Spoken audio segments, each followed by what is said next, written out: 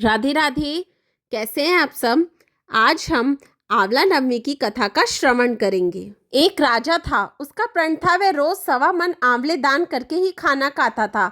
इससे उसका नाम अवाल्या राजा पड़ गया।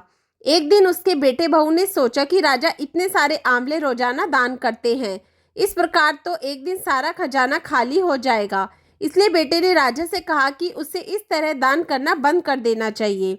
बेटे की बात सुनकर राजा को बहुत दुख हुआ और राजा रानी महल छोड़ के बियाबान जंगल में जाकर बैठ गए। राजा रानी आंवला दान नहीं कर पाए और प्रण के कारण कुछ खाया नहीं। जब भूखे प्यासे 7 दिन हो गए तब भगवान ने सोचा कि यदि मैंने इसका प्रण नहीं रखा और इसका सत नहीं रखा तो विश्वास चला जाएगा।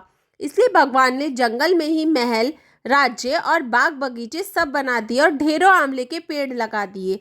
सुबह राजा रानी उठे तो देखा कि जंगल में उनके राज्य से भी दुगना राज्य बसा हुआ है। राजा रानी से कहने लगे, रानी देख, कहते हैं सत मत छोड़ो, सूरमा सत छोड़िया पत जाए, सत की छोड़ी लक्ष्मी फिर मिलेगी आए। आओ नहा धोकर आंवले दान करें और भोजन करें। राजा रानी ने आंवले दान करके खाना खाया और खुशी खुशी जंगल में रहने लगे। उधर आंवला देवता का अपमान करने व माता पिता से बुरा व्यवहार करने के कारण बहू बेटे के बुरे दिन आ गए। राज्य दुश्मनों ने छीन लिया, दाने दाने को मोहताज हो गए और काम ढूंढते हुए अपने पिताजी के राज्य में आ पहुंचे। उनके हालात इतने बिगड़े हुए थे कि पिता ने उन्हें बिना पहचाने हुए काम पर रख लिया। बेटे बहू सोच भी नहीं सकते थे कि उनके माता पिता इतने बड़े राज्य के मालिक भी हो सकते हैं। सो उन्होंने भी अपने माता पिता को नहीं पहचाना। एक दिन बहू ने सास के बाल गूंथते समय उनकी पीठ पर मस्सा देखा। उसे यह सोचकर रोने आने लगा कि ऐसा मस्सा मेरी सास के भी था।